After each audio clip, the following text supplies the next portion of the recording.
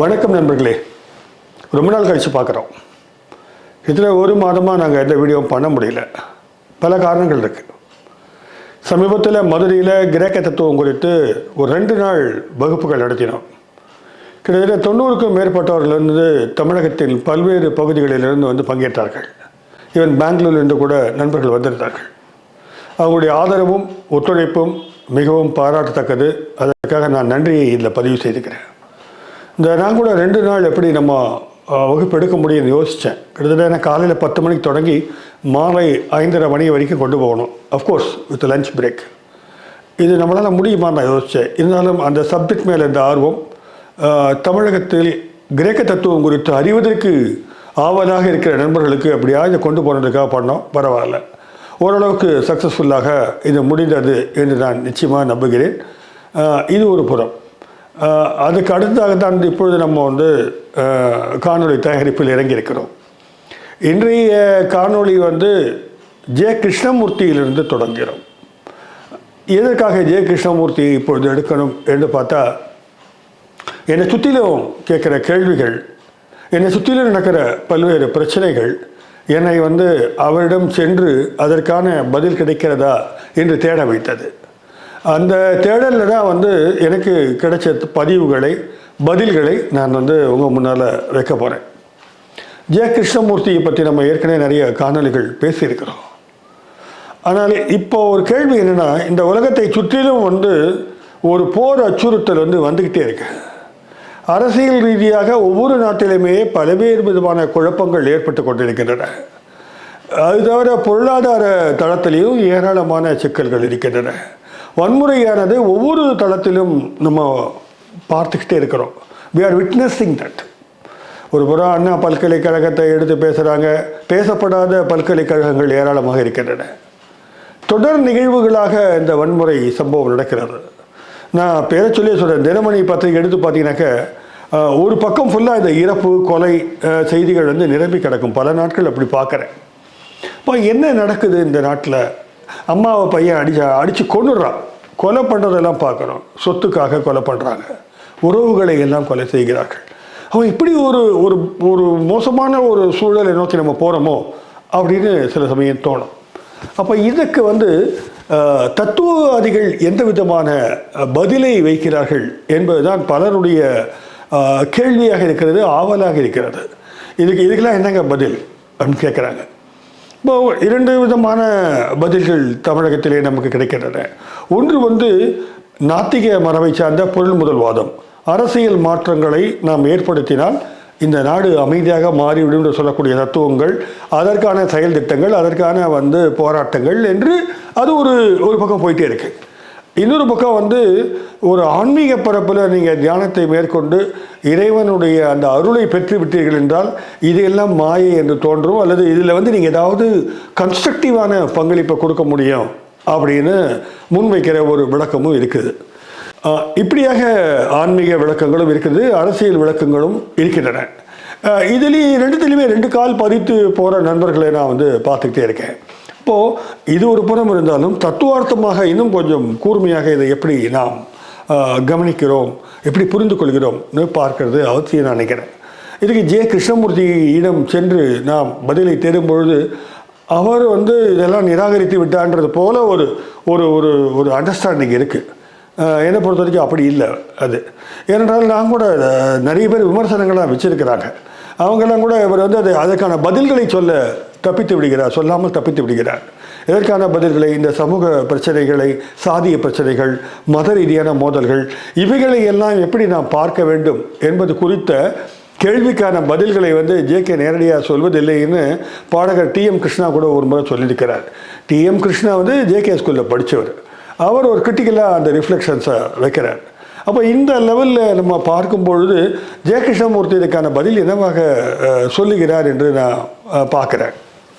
இதற்கான பதிலை பார்க்கும்பொழுது ஜேகே முதல்ல கேட்குற கேள்வி வந்து, நீங்கள் வாழ்க்கை என்பது பிரச்சனை என்றால் வாழ்க்கை என்றால் என்ன என்பது குறித்து நீங்கள் புரிந்து கொண்டு விட்டீர்களா கேட்குறாரு.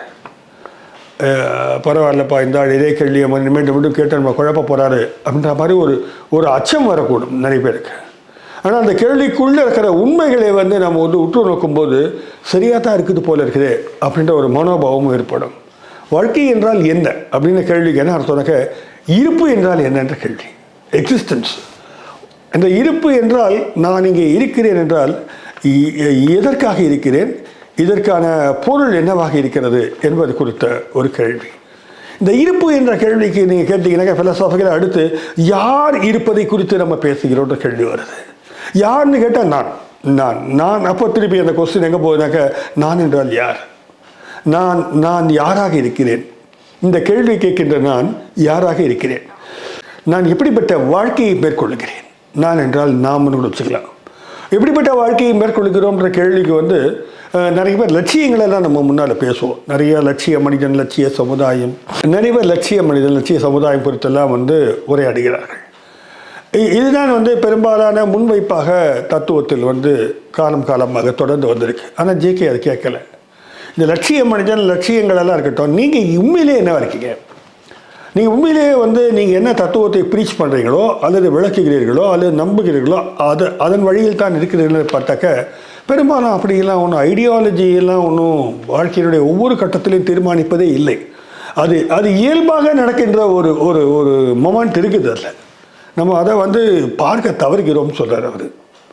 இப்படி இந்த வாழ்க்கைக்கான புரிதலை நாம் உருவாக்க வேண்டும் என்றால் இது வந்து ஒரு தொடர் போராட்டம், தொடர் போர் அப்படின்றார். எது தொடர் போர்? நான் இப்போ என்னவா இருக்கேன், என்ன பண்ணிகிட்டு இருக்கேன், எதற்காக செய்கிறேன். இந்த ஒரு உதாரணம் அடிக்கடி நான் சொல்லுவேன். ஒரு யாசகர் சாலையில் இருக்கிறான்னு வச்சுக்கோமே, முன்னெல்லாம் வந்து பிச்சைக்காரன் என்று கூட மரியாதை இல்லாமல் சொல்லி கொண்டிருந்த காலம் போய் இப்போ வந்து யாசகர் என்ற ஒரு கௌரவமான வார்த்தையை பயன்படுத்துகிறோம். நாம் யாசகர் இருக்கிறாருனாக்க அவருக்கு நம்ம பணம் போடணும் அப்படின்னும் பொழுது விருப்பம் இருந்தால் போடுவோம், இல்லை போட மாட்டோம். ஏன் பணம் இருக்கும், சில்லறை கூட இருக்கும், நம்ம போட மாட்டோம். இல்லைன்னா அவர்கிட்ட போய் என்ன சொல்லுவோம், சில்லறை இல்லை பண்ணுவோம். அவர்கிட்ட காசே இல்லை, நம்மக்கிட்ட சில்லறை இல்லை. இந்த பதில் வந்து அவரை வந்து எப்படி பாதிக்கணும்னு நம்ம யோசிக்க மாட்டோம், நம்ம பாட்டுக்கு சொல்லிட்டு போயிடுவோம். ஆனால் சில சமயத்தில் பார்த்தா நம்மளே ஒரு 10 ரூபா நோட் எடுத்து அவருக்கு போடுவோம். இந்த கான்ஃப்ளிக்ட் இந்த மைண்டு. நீங்கள் ஒரு கொள்கைவாதிய பிச்சைக்காரர்களையும் நாங்கள் வந்து என்கரேஜ் பண்ண மாட்டோம், காசு போட மாட்டோம்னா நமக்குள்ளேயே இந்த இன்கன்சிஸ்டன்சி இருக்குது பாருங்கள், இந்த முரண் அல்லது வந்து தொடர்ந்து ஒரே மாதிரியான முடிவுகளை எடுக்க முடியாமல் ஒவ்வொரு முறையும் நம்ம வந்து இது ஒரு சின்ன எக்ஸாம்பிளுக்காக சொன்னேன். வாழ்க்கையில் தொடர்ந்து நிறைய முரண்களாக நம்மளே இருக்கிறோம். முரண்களின் மூட்டையாகத்தான் பலர் இருக்கிறார்கள் என்பது உண்மையான விஷயம். அது நான் டீச்சிங்கில் பார்த்துருக்கேன். ஸ்டூடெண்ட்ஸ் கிட்ட வந்து ஒரு பையன்கிட்ட கராராக நடந்து கொள்வோம், அதே பையன்கிட்ட இன்னொரு முறை வந்து கரார் தன்மை இல்லாமல் நடந்து கொள்வோம். ஆக விதிகளோடு தான் வாழ்க்கையை அமைத்து கொண்டிருக்கிறோமா என்ற ஒரு கேள்வியை நம்ம கேட்டோம்னாக்க அது உண்மை அல்ல என்று தெரியும். சரி, இப்படி வாழற வாழ்க்கையை நம்ம மாற்ற முடியுமா? ஜேகே கேட்குறாரு, can we change your life? இந்த வாழ்க்கையை மாற்ற முடியுமா? எங்கே தொடங்கின கேள்வி. இந்த சமுதாயம் முழுக்க மோசமாக இருக்குது, என்ன பண்ணுறதுன்னு கேள்வி. அதுக்கு இந்த விளக்கங்களை கொடுத்து கேட்குறாரு, இந்த வாழ்க்கையை நீ மாற்றிக்கொள்ள முடிந்தால் சமுதாயத்தை மாற்றலாம். இந்த வாழ்க்கையை நீ மாற்றிக்கொள்ள முடியுமான்னு ஒரு கேள்வி கேட்குறாரு. அது வந்து அவ்வளவு எளிதான விஷயம் அல்ல. எதை மாற்ற வேண்டி இருக்கிறது என்ற புரிதல் முதல்ல தேவைப்படுது. நமக்கு மனோரீதியான மாற்றம் தேவைப்படுகிறது. உள்ளம் வந்து மாற வேண்டியிருக்கிறது. இந்த உள்ளத்தை மாற்றுவது என்பது எதோட சம்மந்தப்படுத்துறதுனாக்க தாட்ஸ், எண்ணங்களோட. இந்த எண்ணங்கள் வந்து எதோட கனெக்டாக இருக்குதுன்னு பார்த்தாக்க டைமோட கனெக்டாக இருக்குது, நேரத்தோட கனெக்டாக இருக்குது. நீங்கள் எல்லாத்தையுமே நேரம் தான் வந்து உங்களுடைய எண்ணங்களுடைய ஒரு அடிநாதமாக சாரமாக அமர்ந்திருக்கிறது. இந்த நேரமற்ற ஒரு நிலையை நீங்கள் போகும்பொழுது நீங்கள் தெளிவாக உங்களை அறிகின்ற வாய்ப்பு கிட்டுகிறதுன்னு சொல்கிறாரு. இந்த சைக்கலாஜிக்கல் டிரான்ஸ்ஃபர்மேஷன்றது டைமோட கனெக்ட் ஆனதுன்னு சொல்கிறாரு. சரி, சைக்கலாஜிக்கல் டிரான்ஸ்ஃபர்மேஷன் எப்படி நிகழும்? இது செய்கிறது இல்லை, இது நிகழ்வது. இது எப்படி நிகழும் அப்படின்னு பார்க்குறோம்.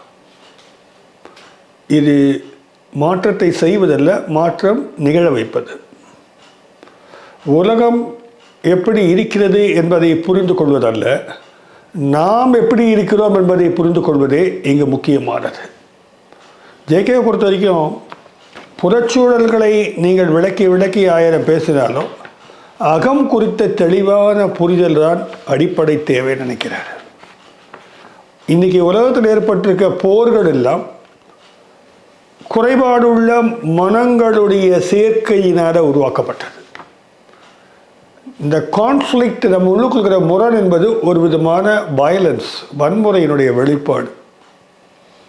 நமக்குள்ளுக்குள்ளேயே வன்முறை நடக்குது, மோதல்கள் நடக்குது. நம்ம என்னவா இருக்குமோ அதுதான் சமூகமாக இருக்குது. சமூகம் என்னவா இருக்குதோ அதுதான் அரசியலாக இருக்கிறது, அரசாங்கமாக இருக்கிறது. அரசாங்கத்தை மாற்றணும் நம்ம நினச்சாக்க, அதனால தான் தேர்தலில் பார்த்தாக்க ஒரு கட்சி போய் இன்னொரு கட்சி வந்தாலும் பிரச்சனை தீர்வதில்லை, மாறாக பிரச்சனைகள் அதிகரிக்கத்தான் செய்கின்றன. உலகத்தில் எங்கேயும் பார்த்தீங்கன்னா போர் அங்கங்கே நடந்துக்கிட்டே இருக்குது. இன்றைக்கி உலகத்தில் போர் எங்கேயாவது நடந்துக்கிட்டு இருக்கு. அது ஆப்பிரிக்காவில் நடக்குது, அரேபியாவில் நடக்குது, இல்லை நமக்கு தெரியும் இஸ்ரேல் நடக்குது. இதற்கெல்லாம் காரணம் மனித மனங்களில் இருக்கக்கூடிய இந்த போதாமை தான், புரிதலின்மை தான். அப்போது சமூக மாற்றத்தை எப்படி கொண்டு வர முடியும் மனிதனால்? என்ன ஐடியாலஜியை நீங்கள் ஃபாலோ பண்ணாலும் அந்த ஐடியாலஜின்றது எந்த மாற்றத்தையும் கொண்டு வர முடியாது, எதிர்பார்க்கிற மாற்றத்தை கொண்டு வரவே முடியாது. அது வரலாறு சாட்சியாக இருக்கிறது அப்படின்னு ஜேகே சொல்கிறார். அப்போது ஒரு ஆன்டி மார்க்சிஸ்டாக அவரை பார்க்கலாமான்னா ஒரு விதத்தில் ஒரு ஆன்டி மார்க்சிஸ்ட் தான் அவர். ஆனால் அவர் முன்வைக்கிற இந்த குற்றச்சாட்டுக்கான பதில்கள் நம்ம சரியாக கொடுக்க வேண்டியிருக்கு மார்க்சிஸ்டாக இருந்தால். அல்லது ஒரு நாங்கள் வேறு ஒரு ஐடென்டிட்டி பாலிட்டிக்ஸ் பேசுகிறேன்னு வச்சுக்கோங்க. ஒரு தேசியம், தமிழ் தேசியம் பேசுகிறோம், இல்லை திராவிடம் பேசுகிறோம். இதெல்லாம் எந்த வகையில் போரை தடுக்க போகிறது? எந்த வகையில் மனிதர்களுக்கான பிரச்சனைகளை நிவர்த்தி செய்து அவர்களை தரம் கொண்ட சிந்தனை கொண்ட மனிதர்களாக மாற்றப் போகிறது? ஒரு அன்பு கொண்ட சமுதாயமாக இந்த சமுதாயத்தை இவையெல்லாம் மாற்றுமா என்ற கேள்வியை கேட்டால் ஜேகே கிட்ட கிடைக்கிற பதில் கண்டிப்பாக முடியாது. நீங்கள் போதாமையினால், பற்றாமையினால் நீங்கள் எதையாவது பிடிச்சிட்டு இருக்கிறீங்க. நீங்கள் உள்ளுக்குள்ளே போய் பார்க்கறது இல்லை. உங்களுக்கு வேறு எதிலையாவது போய் தொத்துக்கிறீங்க. நீங்கள் அதன் விளைவாகத்தான் இவ்வளவு பிரச்சனை இருக்குது அப்படின்னு விளக்குறார். சமுதாயத்தை உருவாக்குவதில் அரசியல்வாதிக்கு ஒரு பங்கு, கல்வியாளர்களுக்கு ஒரு பங்கு, விஞ்ஞானிகளுக்கு ஒரு பங்கு என்று எல்லாருடைய பங்களிப்பு இருக்கல்ல. இந்த போருக்கான ஆயத்தங்களை, ஆராய்ச்சிகளை மேற்கொள்ளுகின்ற இந்த விஞ்ஞானிகள் கூட என்ன பண்ணுறாங்கனாக்க, அவங்க ஒரு எத்திக்ஸ் எல்லாம் கணக்கில் எடுத்துக்கிறது இல்லை. போரில் ஜெயிப்பதற்கான வெப்பன்ஸை கண்டுபிடிக்கணும், அதுதான் அவங்களுடைய நோக்கம். அந்த வகையில் தான் அவங்க பங்களிப்பை மேற்கொள்கிறார்கள். இன்றைக்கி போருக்கான கருவிகளை தயாரிக்கின்ற பெரிய பெரிய மேலை நாட்டு கார்ப்பரேட் நிறுவனங்கள் இதில் தான் ரிசர்ச்சை அதிகமாக செலுத்துகிறாங்க. அப்போது இது இப்படியாக சமுதாயத்திலிருந்து நாம் உருவாக்கி கொண்டே இருக்கிறோம். எதை எப்படியா நிம்மதி இல்லாத, அமைதி ஏற்படாத ஒரு சமுதாயத்தை தக்க வைப்பதற்கான பங்களிப்புகள் ஏராளமாக இருக்கின்றன. அப்போ இதை மாற்றணும். நான் முதல்ல இதை பற்றி கவலை கொள்ளுகின்ற மனிதர்கள் தன் உள்ளாக தன்னை பார்ப்பது அவசியம் அப்படின்னு சொல்கிறார். அவர் பாலிடிக்ஸை நிராகரிக்கலை, சமூக சேவையை நிராகரிக்கலை, நீங்கள் போராடுவதை நிராகரிக்கலை. ஆனால் அதுக்கு முன்னால் நீங்கள் யாருன்னு தெரிஞ்சுக்கிட்டார். இப்படி அவர் இப்படியாக அவங்கவுங்க தவிக்கிட்டு வரவங்கெல்லாம் நாட்டில் குழப்பங்களை தான் உண்டாக்குவாங்க. ஸோ ஒரு clarity about your self is very essential. அப்படின்னும் பொழுது நான் எப்படி நான் உணர்வது, என்னை தெரிவது அப்படின்ட்டு தான் திருப்பியும் அந்த ஃபிலசாபிக்கல் கொஸ்டினை கரெக்ட் பண்ணுறார். இது எப்படி நம்ம ஏற்றுக்கதா வேணாமான்னு பார்த்தா நியாயமாக தானே சொல்கிறாரு அப்படின்னு தான் எனக்கெல்லாம் தோணுது. கரெக்டாக தான் சொல்கிறாரு அவர். இன்றைக்கி எவ்வளோ தலைவர்கள் மேடையில் கூட 1008 கொள்கைகளை பேசக்கூடியவங்க அங்கேயே சக மனிதனை அவதூறாக பேசுவது என்பதும், அவமரியாதை செய்வது என்பதும், கோபப்படுவது என்பதும், அல்லது அடிக்கிறது கூட பண்ணியிருக்கிறாங்க. அப்போது உள்ளுக்குள்ளே ஃபுல் ஆஃப் வயலன்ஸ் அந்த மைண்டுக்குள்ளே.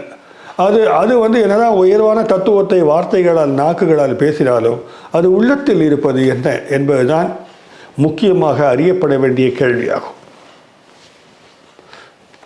ஜேகேவை பொறுத்த வரைக்கும் இந்த சோஷியல் ரிஃபர்மேஷன் சொல்கிறோம் பாருங்க, சீர்திருத்தங்கள், இதிலேருந்து ஒரு முழுமையானது அல்ல, இல்லை துண்டு துண்டான மாற்றங்களுக்கான செயல்பாடுகள். அது நமக்கு தேவை ரிஃபார்ம் இல்லை, சீர்திருத்தம் தேவையில்லை, டோட்டல் ரெவல்யூஷன் தேவைன்னு சொல்கிறார். புரட்சி தான் தேவை என்கிறார். இந்த புரட்சி என்றால் மனப்புரட்சியை பற்றி பேசுகிறார் அவர். இந்த மனப்புரட்சியை எப்படி நம்ம உண்டாக்கி கொள்வது என்பது தான் கொஸ்டின். இப்போ அது உள்ளுக்குள்ளே போகும்போது தான் நமக்கு வாழ்க்கையே புரிய தொடங்கும் என்று அவர் கருதுகிறார்.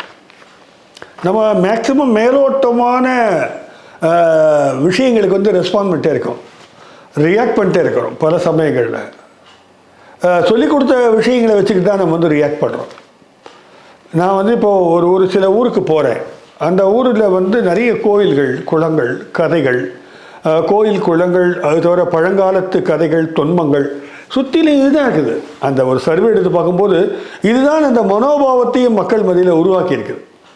அப்போ பரம்பரையாக உருவாக்கப்பட்ட மதிப்பீடுகளும் நம்பிக்கைகளும் அந்த வாழ்வியலுடைய ஒரு போக்காக மாறி போய்விடுகிறது. இதிலிருந்து விடுதலை அடைவது என்பது மிக முக்கியமானது. அது ரெவல்யூஷனுடைய முக்கியமான ஸ்டெப்பாக ஜேகே சொல்கிறாரு. அப்போ நம்ம சொல்ல ஒரு உலகத்தினுடைய சீர்கேட்டுக்கு காரணமே தனி மனிதன் முதலில் தன்னை முழுமையாக அறிந்து கொள்ள அதுதான் காரணம் என்று சொன்னால் இது தீர்வே கிடையாது இதுக்கு. அப்போ ஒரு பாலிட்டிக்ஸில் ஒரு ஆக்ஷன், பொலிட்டிக்கல் ஆக்ஷன், அதுதான் இங்கே அமைதியை கொண்டு வரும், போரை நிறுத்தம் சொன்னால் கூட இந்த பொலிட்டிக்கல் ஆக்ஷன்றது கூட ஒரு பகுதியான உள்ளத்திலிருந்து வெளிப்படக்கூடிய ஒரு பகுதியான ஃப்ராக்ஷன் தான் அது, ஆக்ஷன் தான் அது. அப்போ டோட்டலான ஒரு செயல்பாடு தேவைப்படுது. ஒட்டுமொத்தமான மாற்றத்துக்குரிய செயல்பாடு தான் தேவையை தவிர அவ்வப்பொழுது நீங்கள் கொடுக்குறதெல்லாம் திருப்பி அது எரப்ட் ஆகும். தற்காலிகமாக அந்த பிரச்சனைக்கு தீர்வு கண்டது போல் தெரியும், ஆனால் திருப்பியை எந்திரிச்சு வரும். அப்போது குறைகளை கொண்ட இந்த மனம் கொண்ட மனிதர்களால் நடத்தப்படும் அரசாங்கம் குறையுள்ளதாகத்தான் இருக்கும். இப்போ கவர்மெண்ட்ன்றது எடுத்துக்கிட்டாக்க, அரசாங்கம் எடுத்துக்கிட்டாக்க அதில் இருக்கிறதா யார் நமக்கு தெரியும். அது ஐஏஎஸ் ஆஃபீஸர்ஸாக இருக்கட்டும் அல்லது அரசியல் தலைவர்களாக இருக்கட்டும், அவங்களுக்கு உள்ளுக்குள்ளே எவ்வளவோ சிக்கல் இருக்குது. நான் சில பேரோட பேசி பார்க்குறேன். ஒரு அம்மா சொன்னாங்க, கவுன்சிலிங் நடத்துகிறேன், அந்த கவுன்சிலிங்க்கு பெரிய பெரிய போலீஸ் பீப்புள் வராங்க, இல்லை பெரிய பொசிஷன் இருக்கவங்களாம் கவுன்சிலிங்க்கு வராங்க. அப்படின்னா நடத்துனாக்கா மன அழுத்தங்களும் சிக்கல்களும் நிறைய உள்ளுக்குள்ளே எதனால் உருவாகுதுன்றது ஒரு பொருள் இருந்தாலும் சரியான புரிதல் இல்லைன்னா அழுத்தம் உண்டாகும். உள்ளதை உள்ளபடி பார்ப்பது என்பது மட்டுமல்ல, உள்ளதை உள்ளபடி ஏற்றுக்கொள்வது என்பதும் அடிப்படையான ஒரு தத்துவமாக ஜேகே அங்கே முன்வைக்கிறாரு. நம்ம இந்த ஃப்ராக்மெண்ட்ரி ஆக்ஷனில் இருக்கிறோம், துண்டாக இருக்குது. நம்ம மனம் துண்டு துண்டாக தான் ரியாக்ட் பண்ணுது. ஒரு முழுசாக ஒரு விஷயத்தை நம்மளால் பார்க்க முடியல. இந்த ஃப்ராக்மெண்டரி ரியாக்ஷன் நடக்குது. அது யார் நடத்துதுன்னு கேட்டால் அவங்க கான்ஷியஸ்னஸ் நடத்துது. கான்ஷியஸ்னஸ்னால் என்னன்னு ஜேகே கிட்ட கேட்டாங்க. கான்ஷியஸ்னஸ் ஒன்றுமே இல்லை, கான்ஷியஸ்னஸ் ஏதோ ஒரு பொருளால் ஆக்கப்பட்டது தான் அது. Consciousness is always of something. சாஸ்திரம் சொல்லுவார், கான்ஷியஸ்னஸ்னாக்க அது நத்திங்னஸ்ன்னு. கிட்டத்தட்ட ஜேகே அந்த இடத்துல ஒன்றா வரார். ஏதோ ஒன்று சார்ந்து தான் இந்த கான்ஷியஸ்னஸை நம்ம புரிந்து கொள்ள முடியும். கான்ஷியஸ்னஸ் பியூராக ஒன்றுமே இல்லாத ஒரு கான்ஷியஸ்னஸை புரிஞ்சுக்கணுனாக்க அது எங்கே போகுதுனாக்கா ஸ்டில்னஸ் ஆஃப் த மைண்டுக்கு போகுது. இந்த ஸ்டில்னஸ்ன்றது தான் நம்ம தியானத்தில் சொல்லக்கூடிய விஷயம். தாட்லெஸ், சிந்தனை இல்லாமல் எதுவுமே இல்லாத ஒரு இருப்பு நிலை அது. இந்த நிலையை ஜேகே டச் பண்ணிட்டு போகிறார். அதுக்கு நம்ம மெடிடேஷன் எல்லாம் பேசுகிறோம். அந்த நிலையில் இருக்கும்போது உங்களுக்கு இன்னும் ஒரு ஒட்டுமொத்த புரிதலானது சாத்தியப்படும் என்ற ஒரு முன்வைப்பை தான் அவர் வைக்கிறார். இப்படி கான்ஷியஸ்னஸ் பற்றி நம்ம ஸ்டடி பண்ணோம்னாக்கா ஜேகே நிறைய விஷயங்கள் பேசுகிறாரு. இது தொடர்பாக ஃபீலிங் ஆஃப் இன்செக்யூரிட்டி பற்றி பேசுகிறாரு, போர்டம் பற்றி பேசுகிறாரு, ஃபியர் பற்றி பேசுகிறாரு, ஃபியர் ஆஃப் டெத் பற்றி பேசுகிறாரு. இதெல்லாம் எல்லாமே கனெக்டட் வித் சிங்கிள் என்டைட்டின்றது தான் அவருடைய ஃபிலாசபி. ஒரு ஃபிலசாபிக்கல் அண்டர்ஸ்டாண்டிங் தான் என்ன அர்த்தம்னா ஜேகேவை பொறுத்த வரைக்கும் knowing about the nature of consciousness. ஒருவர் தன் உணர்வு என்று சொல்லக்கூடியவற்றினுடைய உண்மையான தன்மையை அறிவது தான் அங்கே தத்துவம் ஜேகேவை பொறுத்த வரைக்கும். அது அவேக்கனிங்கிறாங்க, விழிப்பு நிலை என்று சொல்கிறாங்க. இங்கே நம்ம உடனே ஆன்மீகத்தோடு கனெக்ட் பண்ண வேண்டாம். ஏனென்றால் அவர் சொல்கிறாரு, ஆன்மீகம் கூட உங்களுக்கு சொல்லித்தரப்பட்ட நம்பிக்கைகளிலிருந்து தான் பேசி கொண்டிருக்கிறீர்கள். நிறைய நண்பர்கள் பேசுகிறாங்க, அவங்களுக்கு இருக்கக்கூடிய நம்பிக்கைகளெல்லாம் விளக்கமாக கொடுக்குறாங்க. அதெல்லாம் வந்து லாஜிக்கலாக வந்து கொஸ்டின் பண்ணும்பொழுது உடைப்பட்டு போய் விடுகின்றன. இன்னும் சொல்லப்போனால் அது உண்மையான அனுபவத்தின் அடிப்படையில் அந்த விளக்கங்கள் இருப்பதில்லை. இதுதான் வந்து சிக்கலாக இருக்குது. ஜேகே என்ன சொல்கிறது, நீங்கள் இந்த கான்ஷியஸ்னஸ் மட்டும் என்னன்னு பாருங்கள்.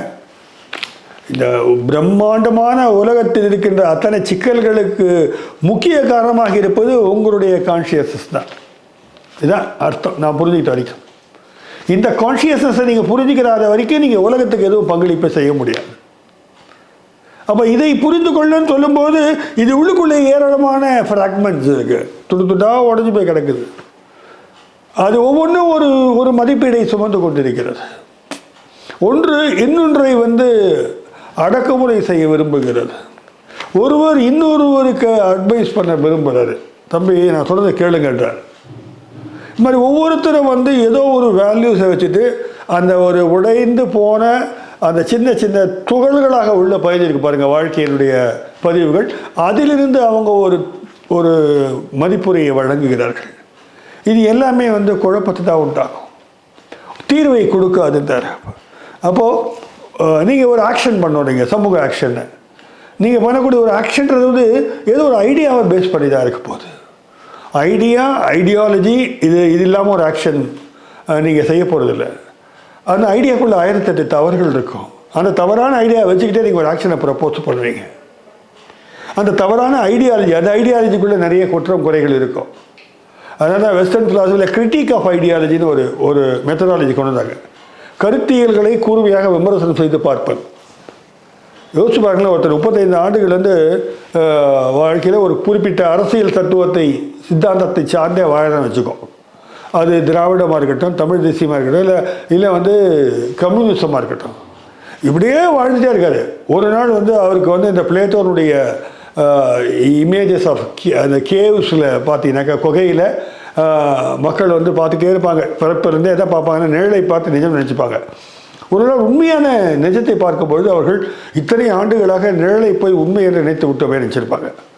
அந்த மாதிரியாக தான் தோணும். 30-35 ஆண்டுகள் ஒருவர் ஒரு சித்தாந்தத்தின் அடிப்படையிலே வாழ்ந்து விட்டார் என்றால் திடீரென்று அதில் இருக்கக்கூடிய அந்த குறைகள் அவருக்கு தெரியும் போது என்ன ஆகுனாக்க அவர் ரொம்ப ஷாக் ஆகிடுவார், ரொம்ப டிஸ்டர்ப் ஆகிடுவார், தனிமையை கூட விரும்பி போயிடுவார்.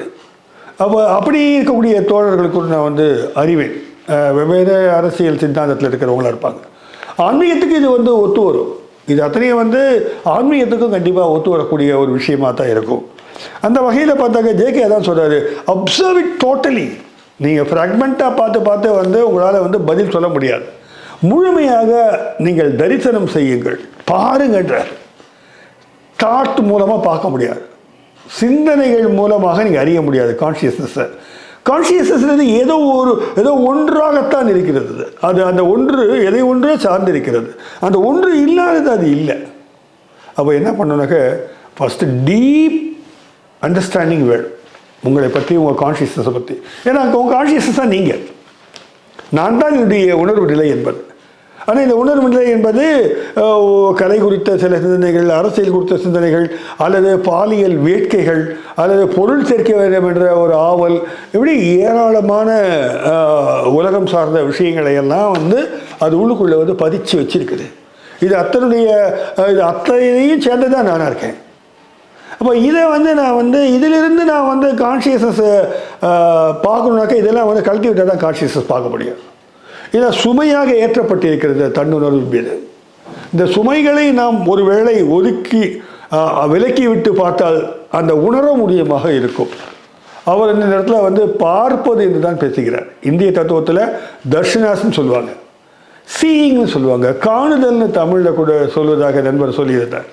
அவர் ஜேகேவும் வந்து அதுதான் சொல்கிறாரு, இந்த மண்டையில் கூட மைண்டை போய் டிக் பண்ணி பாருங்கள், இந்த மனதை ஆழமாக நீங்கள் வந்து தோண்டி பாருங்கள், அதில் இருக்கிறதெல்லாம் தூக்கி வெளியில் போட்டு பாருங்கள், அதெல்லாம் இல்லாமல் ஒன்று பார்க்க முடியுமான்னு பாருங்கள்.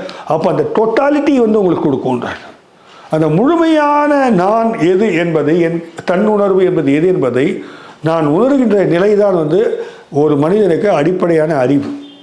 அதிலிருந்து தான் நீங்கள் செய்யக்கூடிய செயல்கள் வந்து தெளிவாக இருக்கின்றார். மனம் பாதுகாப்பற்ற நிலையிலே இருக்கிறதா நினைக்கிறார் அவர். இந்த ஃபீலிங் ஆஃப் இன்செக்யூரிட்டின்னு சொல்லுவாங்க. இதனாலே பல விளைவுகள் மனிதர்களுக்கு உருவாகின்றன. சில பேர் விரக்தி அடைகிறார்கள். அது என்ன ஃபீலிங் ஆஃப் இன்செக்யூரிட்டி அப்படின்னு பார்த்தாக்க ஒரு விதமான அச்சம் சூழ்கிறது. வாழ்க்கையில் இருக்கக்கூடிய பல பிரச்சனைகள் இருக்குது, வெறுமையை எதிர்கொள்ள முடியவில்லை. அப்பப்போ டக்குன்னு சில சமயங்களில் அந்த வெறுமையானது வந்து தட்டுப்படும். இந்த வெறுமையை தொடும்பொழுது தான் வந்து மனிதர்களுக்கு வந்து அந்த அந்த வாழ்க்கையை ஒரு போர் அடிக்குதுன்னு சொல்கிறாங்க பார்த்தீங்களா. இந்த போர் ஏன் அடிக்குதுனாக்க அந்த உண்மையை பார்க்கும்போது பயத்தினால் வருகின்ற ஒரு உணர்வாக கிருஷ்ணமூர்த்தி நினைக்கிறார். மனிதன் தன்னுடைய தாட்லெஸ் பீயிங்காக, எண்ணமே இல்லாத ஒரு ஆளாக, ஒரு எல்லாம் வந்து என்ன சொல்கிறது, கழித்து தள்ளப்பட்ட ஒரு மனதை பார்க்கும் பொழுது ஒன்றுமே இல்லாத வெறுமையை வந்து ஒரு செகண்ட் தரிசனம் பண்ணுறான். அந்த வெறுமை வந்து அச்சத்தை உண்டாக்குகிறது. ஒரு பக்கம் வந்து போர்டம் உண்டாக்குது, இன்னொரு பக்கம் ஃபீலிங் ஆஃப் இன்செக்யூரிட்டி உண்டாக்குது. ஒரு டீப் சைக்கலாஜிக்கல் அனாலிசிஸ் பண்ணுறாரு அவர். இந்த வாழ்க்கையின் மீதான சலிப்பு என்பது குறித்து நிறைய விளக்கங்கள்லாம் நான் கூட கேட்டேன் சமீபத்தில். ஆனால் ஜேகே ரொம்ப ஆத்தென்டிக்காக சொல்கிறார். அது ஏன்னாக்கா you are not ready to face your consciousness. உங்கள் கான்ஷியஸ்னஸ்ன்றது எப்போவுமே எல்லாத்தால நிரம்பி வழிகிறது. அது நிரம்பி எது வழியுதோ அதுலேயே நீங்கள் வந்து அதை வைத்துக்கொண்டே வாழ்க்கையை நடத்துகிறீங்க. அப்போ இதுதான் திருப்பி திருப்பி சொல்கிற விஷயம் இதுதான். அப்போ எல்லாம் மாறிக்கொண்டு இருக்கிறது என்பது கூட நம்மளால் வந்து ஏற்றுக்கொள்ள முடியவில்லை. மாறுதல்கள் நடந்து கொண்டே இருக்கின்றன. எண்ணங்கள் என்றாலே மாறுதல் தான், எண்ணங்கள் என்றால் டைம் தான். இப்போ அந்த வகையில் அவர் எதை இன்சிஸ்ட் பண்ணுறோன்னா உண்மையை அறிந்து கொள்ள ட்ரை பண்ணுங்கள். What is truth? இது ஏதோ பெருசாக குழப்புற மாதிரி இருக்கலாம். சிம்பிளான மேட்டர். உங்களை நீங்கள் அறிந்து கொள்ளுங்கள். உங்களை அறிந்து கொள்வது என்றால் என்னவென்றால் ஒரு தீவிரமான அதற்கு ஒரு ஆத்ம விசாரம் தேவை. உங்கள் பண்புகளை நீங்கள் ஏற்றி வைத்திருக்கிறீர்கள் உங்கள் மைண்டில்.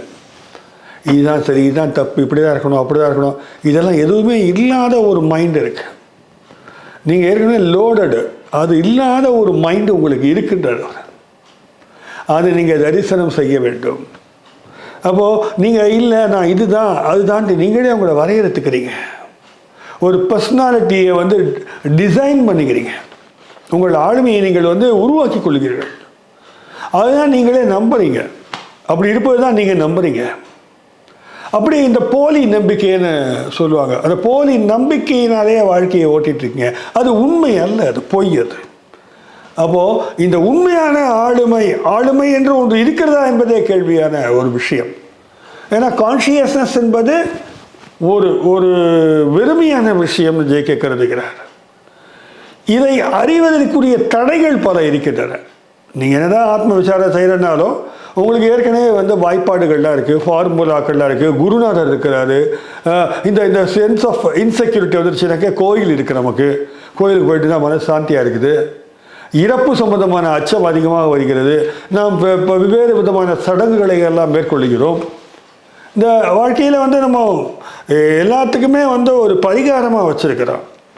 இதுதானே வாழ்க்கை அப்படின்னு சொல்லலாம். நம்ம எல்லாத்துக்குள்ளேயும் கதை உட்கார்ந்துருக்கிறது. கதைகள் வந்து நம்மளை வந்து வாழ்க்கையே நிரப்பி இட்டு செல்கின்றன. அப்படியே கற்பனையான இமேஜஸ் தான் நம்மளை சுற்றி இருக்குது. அந்த இமேஜுக்குள்ளேயே இந்த வாழ்க்கை ஓடிக்கிட்டு இருக்கு. அந்த இமேஜெலாம் நம்ம கற்றுக் கொடுக்குது. அது பேசுகிறது தான் உண்மையாக நினச்சிக்கிறோம். அந்த வகையால் தான் இலக்கியங்கள் வருகின்றன. அந்த வகையில் தான் மீடியாக்கள் வருகின்றன. இப்படி என்னுடைய கான்ஷியஸ்னஸை வந்து நிரப்புகின்ற நவீனத்தன்மை கொண்ட பல்வேறு போதிக்கும் ஊடகங்களும் அம்சங்களும் நிறைந்து வருகின்ற சமுதாயத்தில் நான் எப்படி உள்ளார்ந்து சென்று என்னுடைய அந்த கான்ஷியஸ்னஸை, தன் உணர்வை அனுபவிப்பது என்பதுதான் மனிதனுக்கு இருக்கிற சவால். அது என்ன நிலைன்னு பார்த்தீங்கன்னாக்கா அது அப்சர்வ் பண்ணுன்னு சொல்கிறார். அப்சர்வேஷன், கவனித்தல், அட்டென்ஷன். எதை கவனிப்பது? உங்களை நீங்கள் கவனிப்பது. எண்ணங்களையும் தாண்டிய அந்த வெறுமை கொண்ட கான்ஷியஸ்னஸை கவனிக்கிறது. அது வந்து நேரடியாக காண்பது, நேரடியான ஒரு அனுபவம். அது ஒத்தி போட்டு வரதில்லை. The present now. இப்போ இந்த காணொலி பார்க்குறீங்க, சில பேருக்கு தோணுது இந்த நொடியில் உங்களுக்கு அந்த அப்சர்வேஷன் தொடங்கணும்.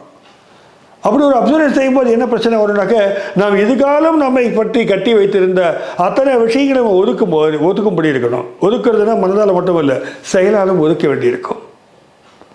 மிக எளிமையாக ஒன்றுமே இல்லாத ஒரு மனிதனாக உங்களுக்கு தோன்றும். அதை நீங்கள் தரிசிக்க விரும்புவதில்லை பெரும்பாலும். நாம் உடனடியாக ஒரு சட்டை எடுத்து மாட்டிக்கிறோம், பேண்ட் எடுத்து போட்டுக்கிறோம். ஒரு because we would like to build up a kind of image around us. Because we believe that that is the true image of us. No. JK அது இல்லைன்றார். உடைச்சு உள்ளே போங்க, தூக்கி உங்களுடைய மதிப்பீடுகள், உங்கள் மீது திணிக்கப்பட்ட விஷயங்கள், பரம்பரையாக காலமாக உங்கள் மீது திணிக்கப்பட்ட விஷயங்கள்லாம் அப்படியே நீங்கள் கலட்டிட்டு போனீங்கன்னாக்க ஒன்றுமே இல்லாத ஒரு ஆன்மாவாக இருக்கும். அதுதான் அப்சர்வேஷன். நீங்கள் யார் அப்சர்வ் பண்ணுறது?